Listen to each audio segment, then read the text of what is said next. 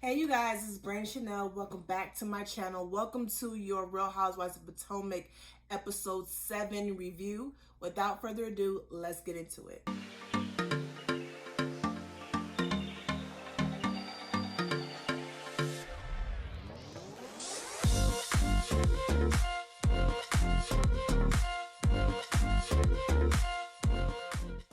Okay, you guys, I told y'all to stop messing with my good sis Wendy. I'm telling you, Wendy laid their asses out this episode, honey, and I was entirely here for her. I was here for it, honey.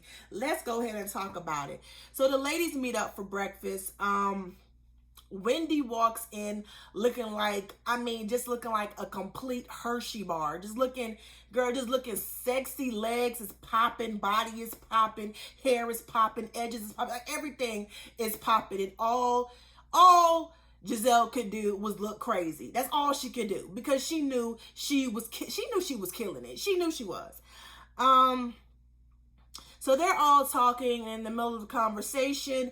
Giselle gets Robin up to talk to her about Juan. Here's the thing, you guys. And I'm gonna lay in the Robin ass later. I'm gonna get into it later with Robin. However, in this moment, I'm just like, why we keep this woman just said that she is not getting up out of bed, okay? She said a lot of things in this conversation with Giselle that we all can relate to. Like, there are times where I just don't like getting out of bed. I'm scared of my success. She said a lot of things. And the only thing Giselle heard was, you can't let your fine man, Juan, talk about, you're unattractive. Giselle, did you not hear what she just said? Like, everything is not over a man. Let's just, like, come on. She just said her mental health is not where it needs to be. Okay? And to me, it's like Juan is the least of her worries. What about her business? Okay? That's what I'm more concerned about. I'm more concerned with her getting her mental health together for her and her business. Because if Juan get up and leave, she gonna need that money, all right, to pick up and move on. Okay? So, yeah, Juan is fine and all, but he ain't worth nobody sacrificing their mental health over. And, Giselle is 50-something years old. What's she, 51, 52? She's in her 50s, so she's giving that old school, tired-ass advice about a man. That's why people read her about her man, because she puts so much value in having a man. So that's why Wendy can read her down about a man. That's why Karen can read her down about a man, because that's what she puts value in. Okay, so to me, it's like, this woman just told you she is depressed. She didn't say the words depressed, not until Askala put it out there, but she is depressed. She needs to get her mental health together first before trying to satisfy Juan's ass, okay? Because quiet as it's kept, the reason why her mental health is the way it is because of Juan. Part of it. Child. Ooh. Anyway, so back downstairs, Karen is talking to Candace about the comments that Giselle made about her relationship with Chris, about Candace's relationship with Chris. And I completely agree with Candace. Candace said, she lacks couth. She lacks couth. So it's no need for me to even go deep with her with that, because she ain't all the way there. Completely agree. But here, I wrote in my notes all throughout this episode, Mia, shut the fuck up. Shut your ass up, bitch. Shut up. Y'all keep saying Mia killing the girls, Mia getting this, Mia getting that. Mia ain't doing nothing but getting on my damn nerves with her flip-flopping ass. To me, it is not someone who is truly neutral. Don't say shit, okay? They can say, oh, well, you did do this at this time. You did do this at this time. But it seemed like every time Giselle leave the room, Wendy, Mia is talking shit about her. And then when Karen leaves the room, Mia is running back telling Giselle that Karen cried or something she said. So she just flip-flopping. She's going back and taking information. That is not neutral to me. It's not at all. So she telling Candace, well, something isn't right in here. When people do that, something isn't right in here. So, girl, I'm just over her. So they go do this synchronized swimming. Girl, and Ashley come in with all her hair and all her forehead, looking just. I'm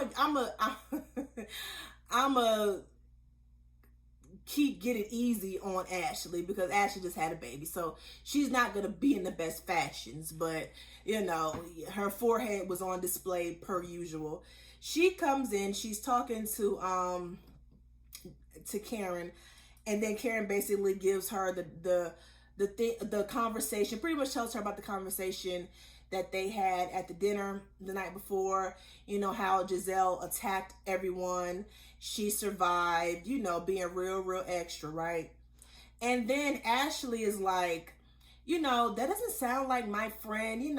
Sometimes Karen can fib, which is true. She's not lying.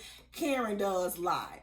But let's not act like Giselle doesn't exhibit that behavior. Let's not act like Giselle doesn't go around attacking people and being messy. So stop it, Ashley. You probably can't recognize it because you do the same thing and you don't find anything wrong with it. So that's probably why you don't believe it. But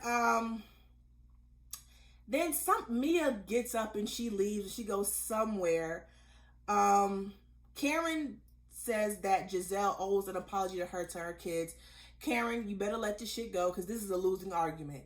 This is a losing argument. No one owes you or your children an apology because Giselle did not wish death on your child, okay? Stop it. You even have people who don't defend Giselle defending her when it comes to that, okay? Stop it. She didn't do that. Girl, she did not do that. Stop. Ashley and Giselle talk about Wendy, and basically, I forgot when this point was when they were talking about Wendy. I don't know at what point. I think it was still, I want to say it was after the swimming. I can't remember. I think it's when Giselle said that Ashley needed a tour, and then they started talking, and she basically, I said during this conversation, I don't know why we're making this a thing. Like, why are we making this a thing? Like, we don't see you women or people in general, become confident when there's been major changes in their life. Whether they've lost weight, gotten boob jobs, butt jobs, lipo, or, they may have came into some money, or then your confidence increases when major changes happen in your life. And as people, we're supposed to grow. We're supposed to grow. So, of course, we met Wendy when she was 2 months postpartum. I'm not understanding what is this big change everyone is talking about. What is the big change? Her clothes, yes. Her body, yes. Her attitude has not changed drastically for me. I'm not understanding what everyone is talking about. The same manner in which she came for Giselle at the end is the same manner she used with Karen, Monique, and whoever else she came after with last season. So I'm not understanding why everyone's saying her attitude is changing. I'm not understanding why this is becoming a thing. Oh, I know why it's becoming a thing. Because Ashley and Giselle have nothing going on this season, okay? We are tired of Michael and his predatory ways. We don't care about Giselle, about what she got going on, because we know she ain't got shit going on but this show. In the little chat room she got with Horsha. Yeah, with Horsha. Okay, that's what she got going on. Other than that, we don't care about Jamal. We don't care about none of that. So you know what I have to do in order to stay on this show and be relevant on this show and be a major part of this show? I have to be messy. I have to take whatever I heard in the blogs and just say it on camera and just say it out and put it out there. Even though I may not feel like it's true, I'm just going to say it. We're going to talk about it. And that's going to be my damn storyline. Hurting somebody else and terrorizing somebody else is going to be my storyline. That's it. That's all. That's it. That's all it is. The ladies go to lunch. They start going in on Wendy. We're yet again talking about her clothes. She's trying to explain why she feels the way she feels. She's talking to Giselle about the comment she made about her not having any substance. And everyone is saying, oh, it wasn't malicious. It wasn't malicious. Listen, when you tell someone with 4 degrees they don't have substance, that's a problem. That is a fucking problem. I don't know why Ashley getting so buck. You weren't even there for the conversation, ma'am. Why are you so buck? Okay? Saying, oh, well, I have to disagree. You wasn't there. You wasn't there. You don't know what was said. All you doing is listening to people and getting hearsay. You don't know? Sit down somewhere with you and all your forehead. Sit down, boo. And it was just so frustrating because they were gaslighting her. They were trying to say, oh, we can't say anything. We can't say anything to you. You're super defensive. You are telling someone who's accomplished a lot that because they look a certain type of way, they don't have any substance. Let's be clear, okay? Let's just be clear. I think Wendy is a beautiful woman, regardless about her work done that she had to her body. I don't care about all of that. Facially, she's a beautiful woman. Now, last year, you know, the ass was flat, but that's okay. That's okay. No, she used her money and got her some more ass, okay? But she's still a beautiful woman regardless, okay? But let's take all the looks away. Let's just take all the looks away. Let's say she was the most unattractive person on this shuttle. She is still the most valuable. She is still the most valuable. She has 4 degrees. She is a political commentator. And she's about to own her own company, and she's a professor. She can hold a more intelligent conversation than any one of those ladies on there. Second to her would be Candace. Everybody else, I don't know. And that includes Mia. Because Mia got her candle wax looking skin. You know how candle wax, melts? It melts. White candle wax. I'm getting tongue tied. White candle wax. Y'all see how it melts? That's what her skin look like. It just look real dumb to me. It ain't right. You got all that money and your skin look like that. Honey, you didn't need to go to a damn cosmetologist or whoever you went to, whoever you did to get your makeup done. What is them people? A plastic surgeon, yeah. You didn't have to go to a plastic surgeon. You should have went to an esthetician. That's what you should have did, okay? You should have went to an esthetician. Better yet, a dermatologist to get that skin right. Because you talking all this shit and your skin looked like that on camera. Ma'am, get it together. This fool said, yeah, because yesterday, honey, you had a thong on? You're a professor. You're not supposed to be looking like that. Bitch, you a whole stripper. You're a whole stripper. Talking about I'm an entertainer. That they serve steak and shrimp. Girl, do you know Magic City serves steak and shrimp too? It don't matter. Man, you think Magic City hot wings and all kind of other stuff. You took your clothes off for money, which is making you a stripper. And I'm telling you, Candace, through this episode, Candace be coming through with the shade and the confessionals, honey. She said, you were a lady in the night with your big old feet. She had me dying with that. She had me dying. But I like I said in my notes, I just kept saying, Mia, shut the fuck up. Shut up. Shut the fuck up. You were a stripper. How dare you sit up here and judge Wendy because of what she looks like, and you have taken your clothes off for a living. I'm not judging you for it because you did what you had to do to feed your babies, but you are in no position to judge Wendy. No position, boo. I said it. Anyway,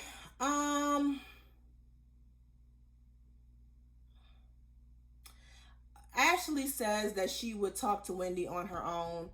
Like I said, at this point, you see that she's defensive. Leave her the fuck alone.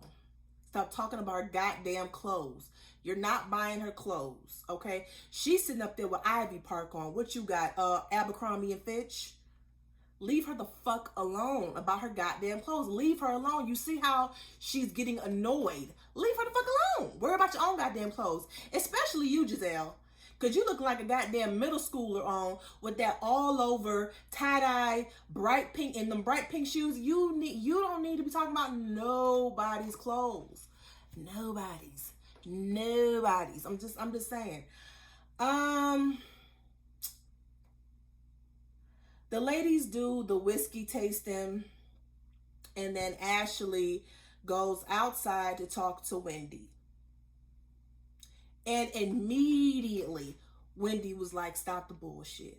Okay, I know what y'all hoes is trying to do.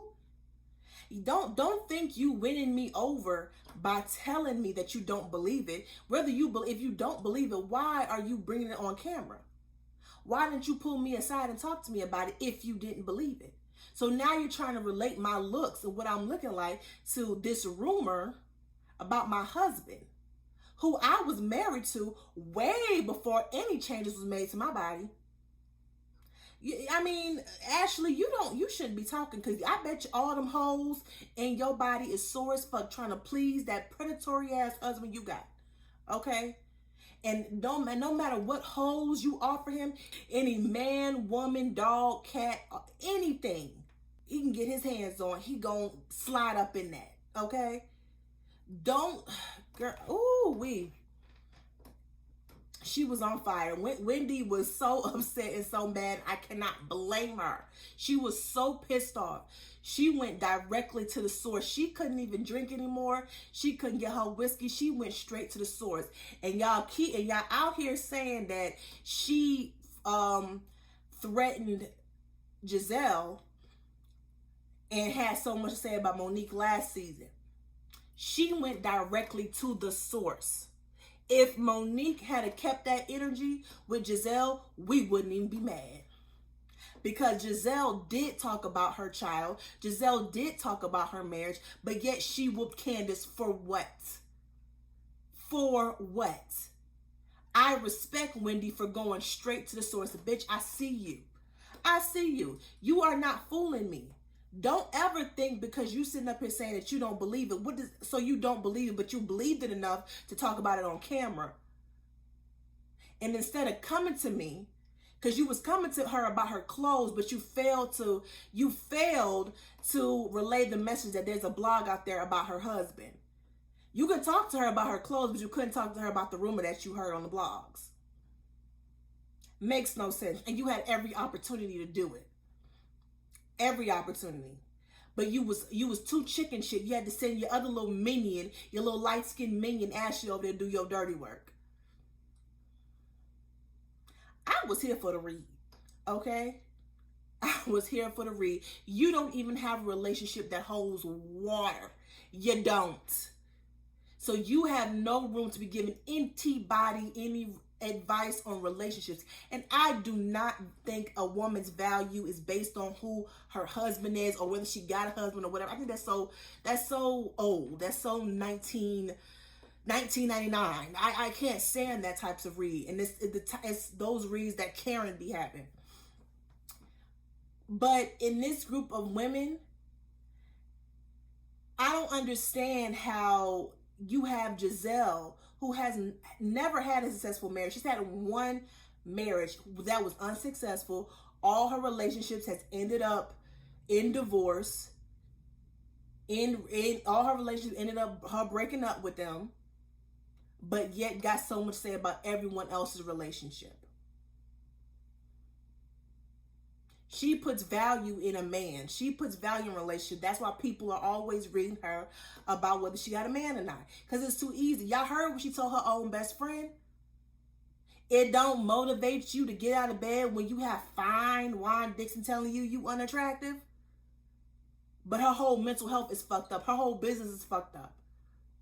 And you worried about her husband talking about she unattractive. She puts value in having a man. So that's why they read her about having a man. And then Robin, with your stank looking, Bo Derek looking,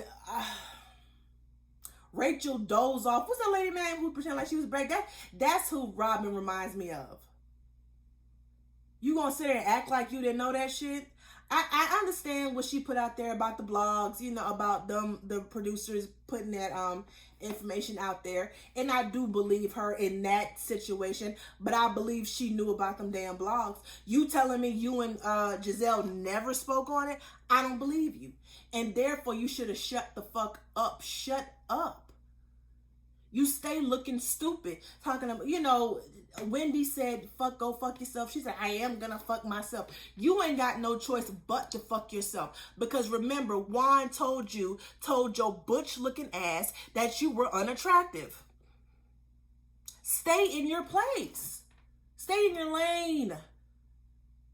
Wendy read her so fucking good. She went up there, she touched up her makeup, came downstairs and read Giselle's ass again. Yes, ma'am, and I was here for it.